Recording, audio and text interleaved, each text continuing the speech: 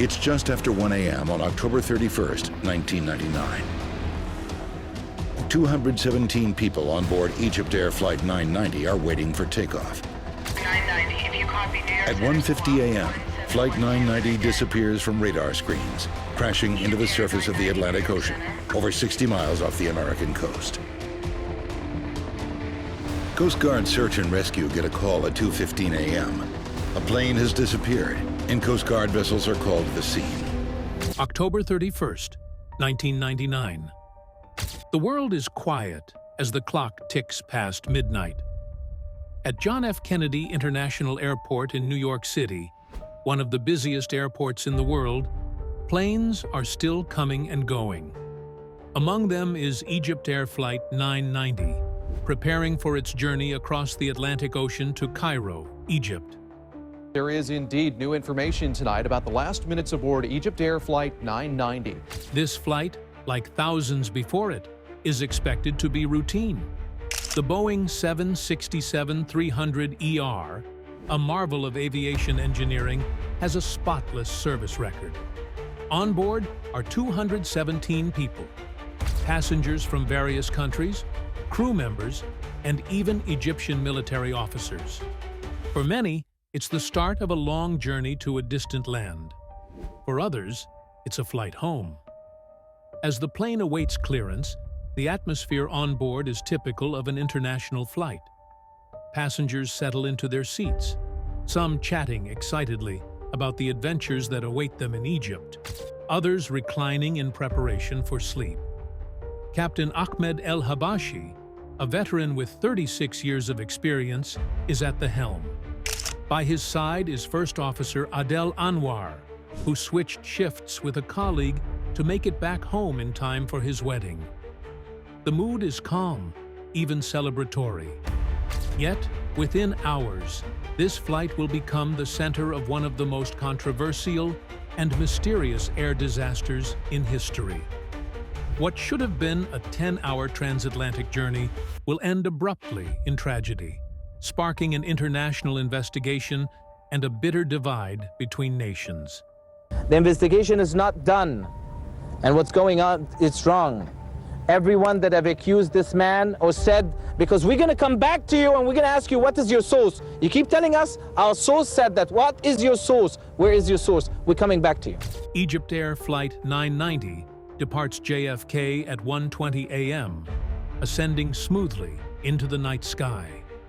The pilots exchange routine communications with air traffic control, guiding the aircraft out over the Atlantic. For most on board, the hum of the engines and the dim cabin lights create an atmosphere of comfort and security.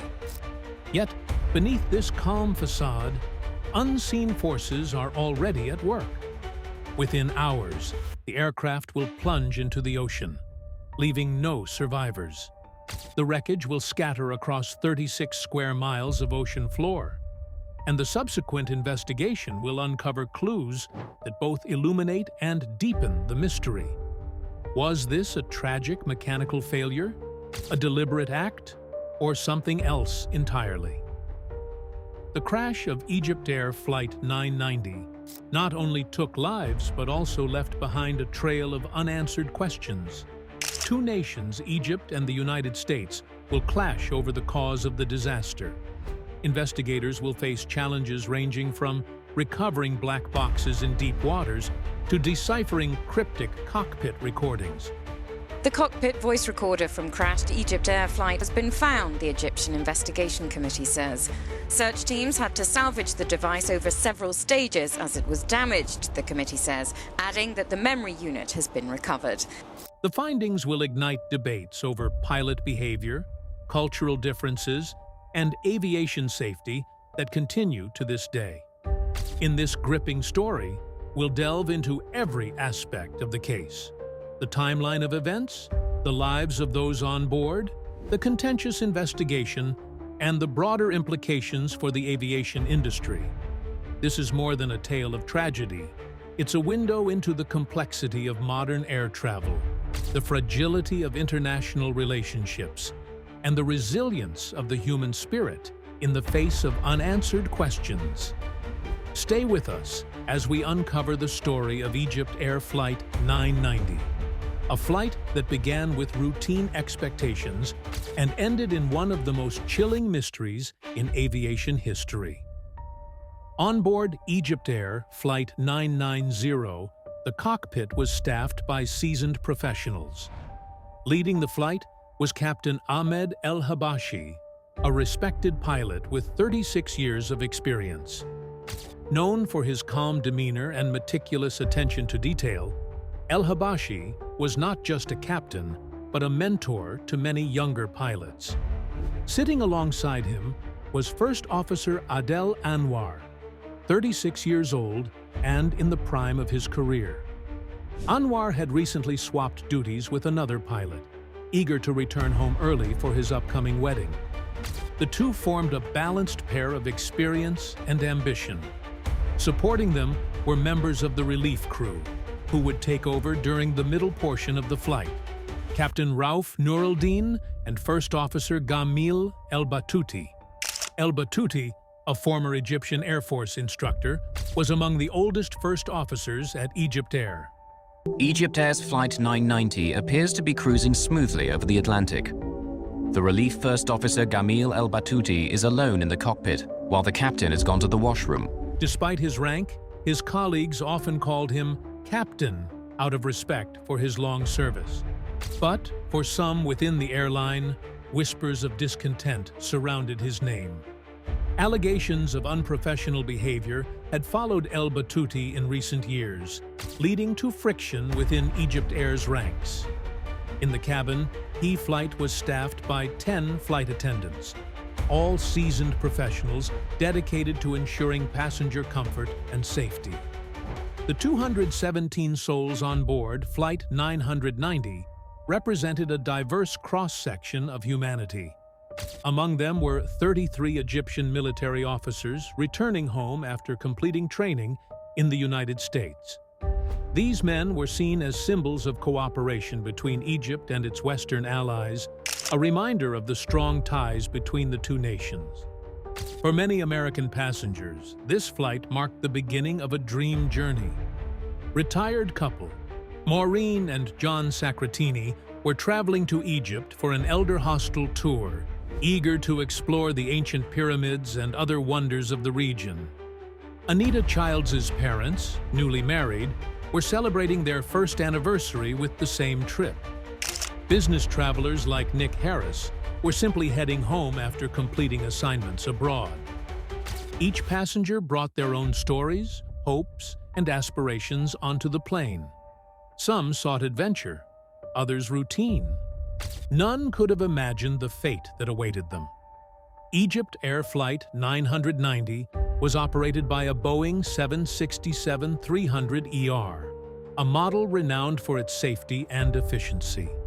With a capacity of over 200 passengers and a range that made it ideal for long-haul flights, the Boeing 767 was the backbone of international aviation. Powered by twin Pratt and Whitney PW4000 engines, the decision affects 777s which use Pratt & Whitney 4000 engines. US aviation authorities have begun investigating just why the engine on this United Airlines plane burst into flames shortly after takeoff. The aircraft was designed to easily handle the rigorous demands of transatlantic travel. On October 31, 1999, the weather conditions were ideal for flying. With clear skies and calm winds, there was little to suggest that this flight would encounter any difficulties. The pre-flight checks were completed without issue, and the jet taxied onto the runway at John F. Kennedy International Airport, its engines humming with power. At precisely 1:20 a.m., EgyptAir Flight 990 lifted off from runway 22R at JFK Airport. The takeoff was smooth, and the aircraft climbed steadily into the night sky. As it ascended to its cruising altitude of 33,000 feet, the bustling lights of New York City faded into the distance. Inside the cockpit, the command crew performed routine tasks, communicating with air traffic control and reviewing the flight plan. Captain El-Habashi and First Officer Anwar would handle the first few hours of the flight before handing over control to the relief crew. This rotation ensured that both teams remained rested and alert during the long journey to Cairo. For the next hour, Flight 990 cruised uneventfully over the Atlantic Ocean. The autopilot maintained altitude and speed, the engines purred steadily, and the flight attendants began serving refreshments. To all appearances, it was an ordinary night flight, quiet and serene. In the cockpit, however, a subtle shift in dynamics began to occur. Relief. First Officer El Batouti, who was scheduled to take over several hours into the flight, expressed his desire to begin his shift early. His insistence surprised First Officer Anwar, who had expected to remain at the controls for a few more hours. After a brief discussion, Anwar relented, stepping aside to allow El Batouti to take his seat. At this point, Captain El Habashi left the cockpit for a brief break, leaving El Batouti in control. This change of personnel, seemingly inconsequential at the time, would later prove critical to understanding the events that followed. As the Boeing 767 soared through the night sky, the passengers and crew could not have foreseen that their journey would soon take a tragic and irreversible turn. At approximately 1:50 a.m., just over 20 minutes after takeoff, Captain Ahmed El Habashi excused himself from the cockpit for a brief break, leaving Relief First Officer Gamal El Batouti alone at the controls. This decision was routine, as EgyptAir flights on this route followed a standard rotation between the command and relief crews. However, what transpired next would deviate from the norm in the most alarming way. El Batouti disengaged the autopilot, an action that, while unusual at this stage of the flight, was not entirely unprecedented. Typically, pilots would only switch to manual control if conditions demanded it, such as turbulence or a system anomaly. However, the weather was calm, and there was no sign of technical issues. Within seconds, the Boeing 767 began a steep dive. The nose pitched downward, and the aircraft accelerated rapidly. As the plane descended, the cockpit voice recorder captured a chilling phrase repeated by El Batouti: "I rely on God." He said this quietly at first, then repeated it with growing intensity as the plane hurtled toward the ocean. Passengers and crew, unaware of what was happening in the cockpit, suddenly found themselves weightless as the aircraft entered a zero-gravity state. Here, the cockpit voice recorder and the flight data recorder stop. No one knows what happened in the plane during the next 2 minutes. Those who were awake likely felt the sickening sensation of freefall. Items not secured began to float in the cabin, adding to the confusion and fear. Captain El Habashi, alarmed by the sudden shift in the plane's trajectory, rushed back to the cockpit.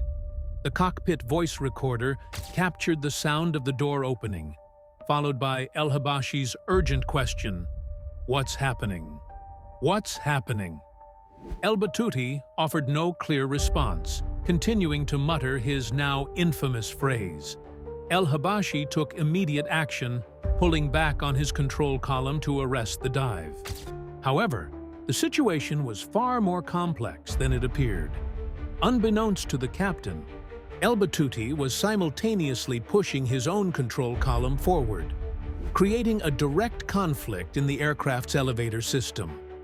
On the Boeing 767, the control columns for the captain and first officer are mechanically linked, allowing them to work in unison. However, in this case, the opposing inputs caused the elevators to move erratically, severely hampering the plane's recovery. Despite El Habashi's best efforts, the descent continued. The plane's systems issued warning after warning, overspeed alarms, altitude alerts, and finally, an automated voice calling out, "Terrain! Terrain! Pull up!" After 30 seconds of frantic struggle, El Habashi managed to level the aircraft, The engines, which had been idling during the dive, responded sluggishly as he pushed the throttles forward. Flight 990 climbed back to an altitude of approximately 24,000 feet, momentarily escaping the dire situation. But the reprieve was short-lived. The cockpit voice recorder captured the sound of El Battuti muttering again, followed by what sounded like manual adjustments to the throttles. The engines lost power entirely, plunging the aircraft into darkness as electrical systems began to fail. The Boeing 767 entered a second dive, this one even steeper than the first. The cockpit voice recorder fell silent as the plane's systems lost power, leaving investigators with only radar data to track its final moments. Flight 990 hurtled toward the Atlantic Ocean at an alarming speed. The aircraft reached a descent rate of over 15,000 feet per minute, far beyond its structural limits. The immense forces tore at the airframe, and as the plane neared the water, the left engine separated from the wing. At 2 a.m., the Boeing 767 struck the surface of the ocean, disintegrating on impact.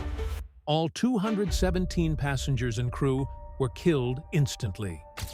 Debris scattered across a wide area, marking the site of one of the most controversial and tragic incidents in aviation history. In the moments following the crash, the plane disappeared from radar screens. Air traffic controllers at JFK Airport attempted to contact Flight 990, but received no response. The realization that an aircraft was missing triggered an immediate alert, and search and rescue operations were launched. The U.S. Coast Guard mobilized quickly, deploying vessels and aircraft to the crash site approximately 60 miles south of Nantucket, Massachusetts. By dawn, search teams had located floating debris, including personal belongings, life jackets, and pieces of the aircraft. The cold waters of the North Atlantic, however, offered little hope for survivors. Among the first responders was the U.S. merchant marine training vessel, King's Pointer.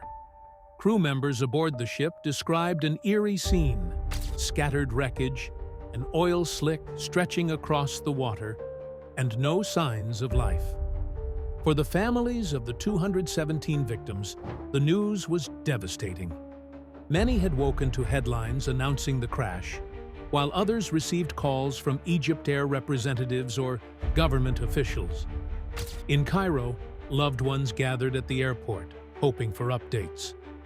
Their grief soon turned to despair as the scale of the tragedy became clear. As the search for survivors transitioned into a recovery operation, attention turned to the cause of the crash. What could have led a modern, well-maintained aircraft to fall from the sky without warning? Initial theories ranged from mechanical failure to external sabotage. The presence of 33 Egyptian military personnel on board fueled speculation about a potential act of terrorism. Others wondered if a catastrophic engine failure or a structural issue had doomed the plane. The answers, however, would prove far more complex and far more controversial. The morning after the crash of EgyptAir Flight 990, the U.S. Coast Guard confirmed that the Boeing 767 had gone down in international waters approximately 60 miles south of Nantucket, Massachusetts. The search and rescue mission quickly shifted to a recovery operation as it became evident that there were no survivors. The debris field, scattered across miles of open ocean, presented a logistical nightmare for investigators. The wreckage was in water nearly 70 meters deep, complicating efforts to retrieve critical components such as the black boxes. An aircraft's cockpit voice recorder and flight data recorder are together known as its black box.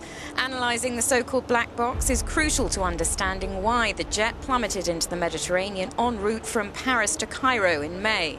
The flight data recorder, FDR, and cockpit voice recorder, CVR. These devices were essential to uncovering the final moments of the flight. Adding to the difficulty, The underwater locator beacons attached to the black boxes had been detached upon impact, leaving search teams reliant on sonar and remotely operated vehicles to locate the wreckage. 9 days after the crash, the first breakthrough came. The FDR was retrieved by the U.S. Navy's unmanned submarine, Deep Drone. 4 days later, the CVR was recovered, providing investigators with invaluable data to piece together the sequence of events. The National Transportation Safety Board, NTSB, took the lead in the investigation, as the crash occurred within U.S. jurisdiction. However, Egypt's Civil Aviation Authority, ECAA, also played a significant role, reflecting the flight's Egyptian origins and the presence of Egyptian nationals on board. From the outset, tensions simmered between the two investigative bodies. The NTSB's focus on human factors and potential pilot actions clashed with the ECCBA's insistence on exploring mechanical failure as the primary cause. These differing priorities foreshadowed the controversy that would come to define the investigation. With the recovery of key components, investigators began their meticulous work. The FDR provided data on the aircraft's altitude, speed, and control inputs, while the CVR captured audio from the cockpit in the final moments. The initial findings were perplexing. The flight appeared to have entered a sudden, steep dive from its cruising altitude of 33,000 feet. The dive lasted approximately 30 seconds before the plane briefly leveled off and then climbed again. However, this climb was short-lived, and the aircraft entered a second, more catastrophic dive. The CVR revealed a series of unsettling details. Shortly after Captain El-Habashi left the cockpit, Relief First Officer Gamil El-Batouti disengaged the autopilot, causing the plane to deviate from its controlled flight path. The recorder also captured El-Batouti repeatedly muttering the phrase, "I rely on God," while the aircraft plunged toward the Atlantic. The investigation initially considered a range of possible causes, including mechanical failure, external sabotage, and even terrorism. The presence of 33 Egyptian military personnel on board fueled speculation about a targeted attack, but no evidence of explosives or foul play was found during the wreckage analysis. The NTSB also examined the possibility of an elevator failure, which could have caused the erratic control inputs recorded during the flight. The elevator assembly, responsible for controlling the aircraft's pitch, was thoroughly inspected. Investigators discovered 3 sheared rivets in the assembly, sparking concerns about a potential mechanical defect. However, further testing revealed that the damage likely occurred during the crash and was not a contributing factor. Meanwhile, Egyptian investigators remained steadfast in their belief that a mechanical issue, rather than human action, was to blame. They pointed to the sheared rivets as evidence of a possible elevator jam, despite the lack of supporting data from the flight recorders. The Rolls-Royce RB211 engines were another focus of the investigation. Both engines had shut down during the descent, and the CVR captured the captain's exclamation, "You shut off the engines." The phrase, combined with data from the FDR, suggested that El-Batouti had deliberately cut fuel to the engines, rendering the plane powerless. This revelation deepened the mystery. Why would an experienced pilot take such an action? Egyptian investigators posited that the engine shutdown was part of an emergency procedure to address a perceived mechanical issue. However, the NTSB found no evidence of engine failure or any condition that would have warranted such a drastic measure. The divergence between the NTSB and ECAA became increasingly apparent as the investigation progressed. For the NTSB, the flight data and cockpit recordings pointed to deliberate actions by El-Batouti.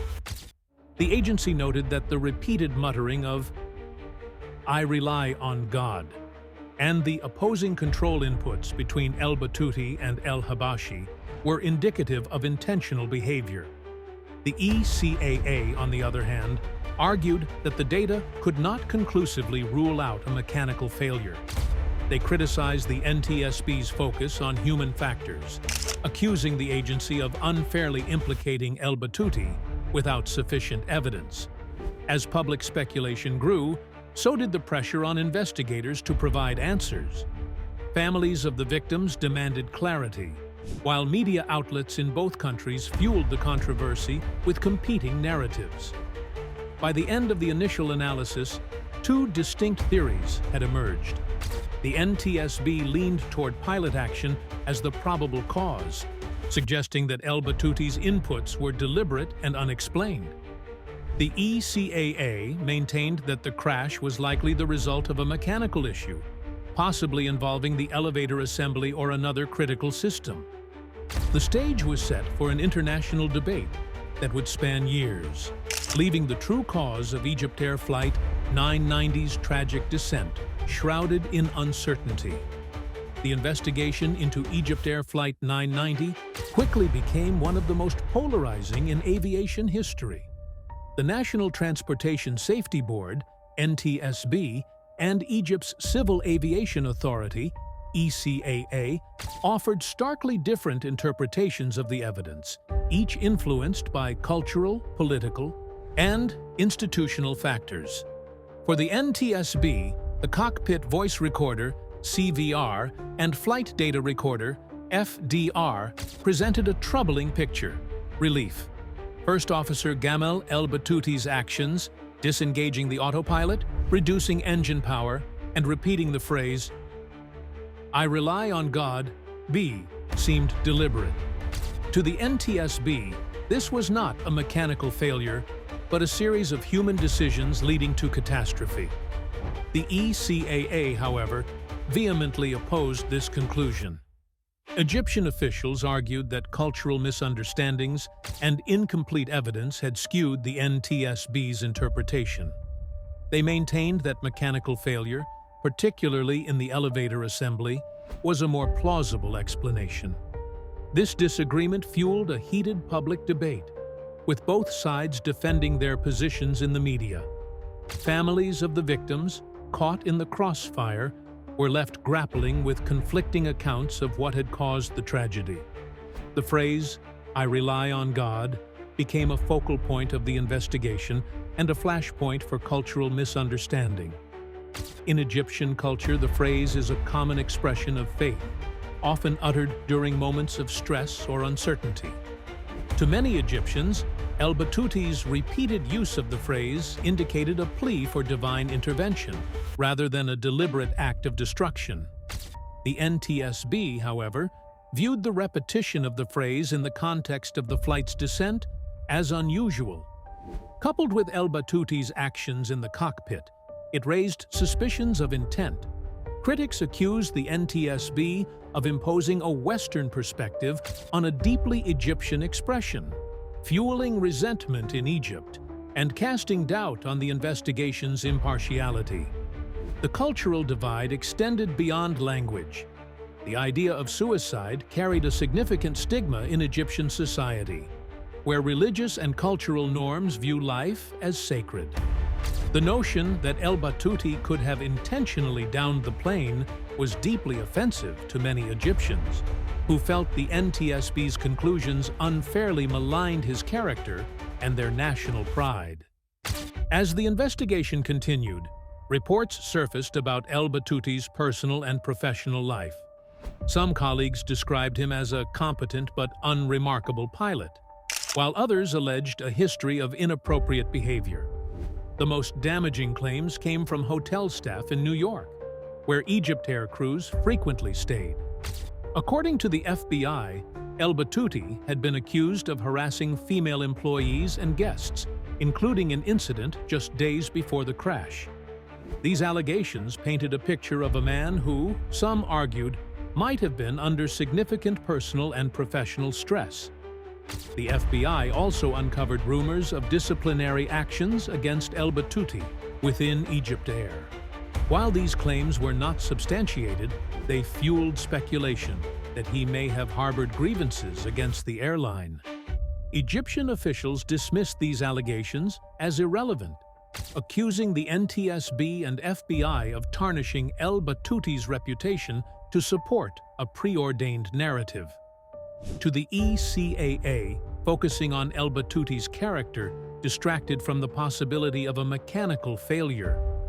Egyptian investigators continued to push their theory of a mechanical failure, focusing on the sheared rivets found in the wreckage of the elevator assembly. These rivets, part of the system controlling the aircraft's pitch, appeared to have failed in two directions, one during the crash and another potentially before impact. The ECAA argued that this evidence pointed to an elevator jam, a rare but catastrophic malfunction that could have caused the plane's erratic movements. They contended that El Battouti's actions, disengaging the autopilot and reducing engine power, were consistent with a pilot attempting to regain control in the face of an unresponsive elevator. The NTSB, however, found no evidence of a pre-existing elevator failure in the flight data. Simulations conducted during the investigation showed that the 767's design allowed pilots to compensate for a failed elevator using alternative controls. The sheared rivets, they concluded, were more likely a result of the crash's extreme forces rather than a cause.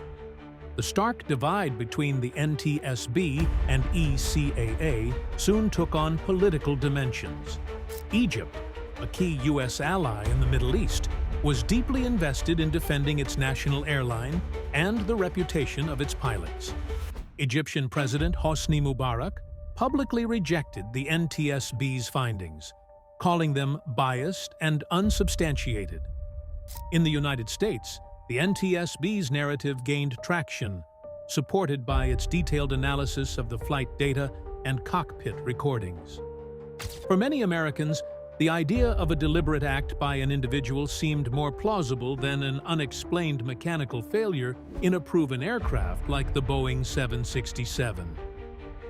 The international media amplified the controversy, with Egyptian outlets accusing the NTSB of cultural insensitivity and American outlets focusing on the FBI's investigation into El Battouti's background. The polarization deepened as both sides doubled down on their positions. For the families of the 217 victims, the conflicting narratives were a source of anguish. In Egypt, many viewed the NTSB's conclusions as an attack on national pride and a wrongful accusation against El Battouti. In the United States, the focus was often on the possibility of premeditated action, which raised questions of accountability and justice. The controversy also highlighted broader questions about the transparency and objectivity of international aviation investigations. Critics argued that the political and cultural stakes in high-profile crashes often complicated the search for truth, leaving victims' families caught in a web of conflicting agendas. As the investigation neared its conclusion, the divide between the NTSB and ECAA showed no signs of narrowing. Each side prepared to present its findings to the world, knowing that the final report would shape the legacy of EgyptAir Flight 990. The stakes were immense for the victims' families, the aviation industry, and the international relationship between Egypt and the United States. The question remained: would the truth about Flight 990 ever be fully uncovered? Or would it remain one of aviation's most contentious mysteries? On March 21, 2002, more than 2 years after the crash of EgyptAir Flight 990, the NTSB released its final report. The conclusion was both clear and controversial. The crash was caused by deliberate actions taken by Relief First Officer Gamil El Battouti. According to the NTSB, the evidence pointed to intentional inputs on the flight controls that initiated and sustained the aircraft's fatal descent. The report highlighted several key findings. The disengagement of the autopilot by El Battouti shortly after the command captain left the cockpit. Repeated use of the phrase, "I rely on God?"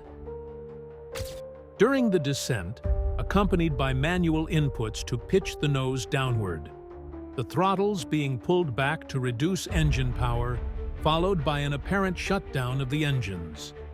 A lack of mechanical anomalies in the elevator or flight control systems that could explain the aircraft's movements. The NTSB acknowledged that their conclusion rested on an interpretation of the cockpit voice recorder and flight data rather than physical evidence of a mechanical failure. They also emphasized that their role was not to assign blame, but to determine the likely cause of the crash to prevent future accidents. The NTSB's report sparked immediate backlash from Egyptian officials. The ECAA rejected the conclusion outright, accusing the NTSB of cultural bias and a lack of professionalism. The ECAA maintained that a mechanical failure, likely involving the elevator system, was the true cause of the crash. Egyptian President Hosni Mubarak also weighed in, calling the report an unjust attack on Egypt and its aviation industry. In public statements, he defended the reputation of Gamil El-Batouti and criticized the NTSB for what he described as a rush to judgment. The controversy extended to the families of the victims. Many American families supported the NTSB's findings, believing that justice required acknowledging the human agency behind the crash. In contrast, Egyptian families, deeply offended by the suggestion of suicide or deliberate harm, stood firmly behind their government's assertions of mechanical failure. In response to the NTSB report, the ECAA presented its own findings, emphasizing alternative theories that aligned with mechanical failure rather than human intent. The most prominent among these was the elevator jam theory, which posited that a fault in the aircraft's elevator system had caused uncontrollable pitch changes. The ECAA's investigation highlighted several points. The discovery of sheared rivets in the elevator assembly, which they argued could indicate a pre-crash failure. The possibility of an elevator hardover, a rare but catastrophic event where the elevator becomes stuck in a deflected position. Evidence that El-Batouti's actions were consistent with an attempt to regain control of the aircraft rather than cause harm. The ECAA also criticized the NTSB's reliance on circumstantial evidence, arguing that the absence of mechanical anomalies in the flight data did not conclusively rule out a mechanical failure. Despite the detailed investigations by both the NTSB and ECAA, several critical questions remained unresolved. Why did El-Batouti disengage the autopilot? The NTSB concluded that it was a deliberate act, but the ECAA argued it could have been a response to a perceived anomaly. What caused the opposing control inputs?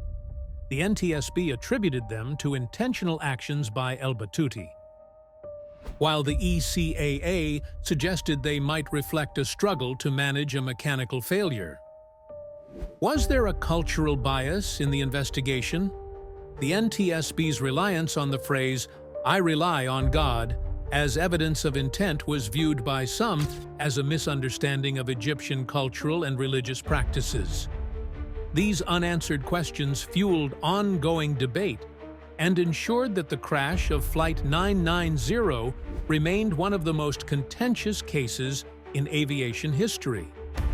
The investigation into EgyptAir Flight 990 had major implications for aviation safety, sparking changes in technology, pilot screening, and investigative practices.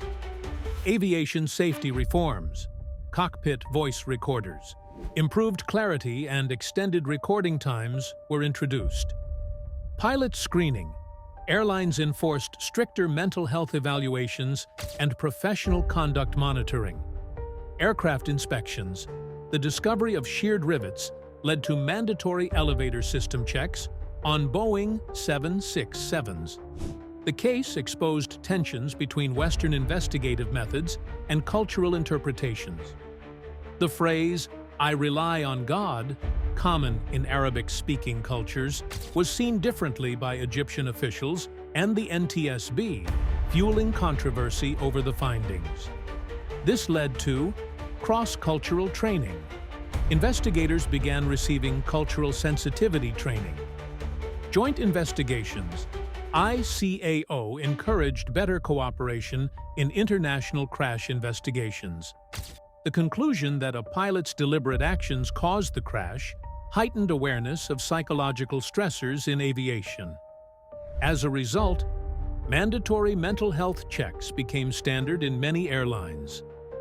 Peer support programs provided pilots with confidential psychological assistance. Concerns over Boeing 767 elevator durability led to stricter maintenance protocols and design enhancements. The crash also spurred advancements in black box technology, including longer recording durations, real-time data transmission, better locator beacons. Though the cause of Flight 990 remains disputed, its legacy shaped global aviation safety, ensuring lessons were learned from the tragedy. For the families of the 217 people who perished on Flight 990, the investigation's conclusion brought little solace.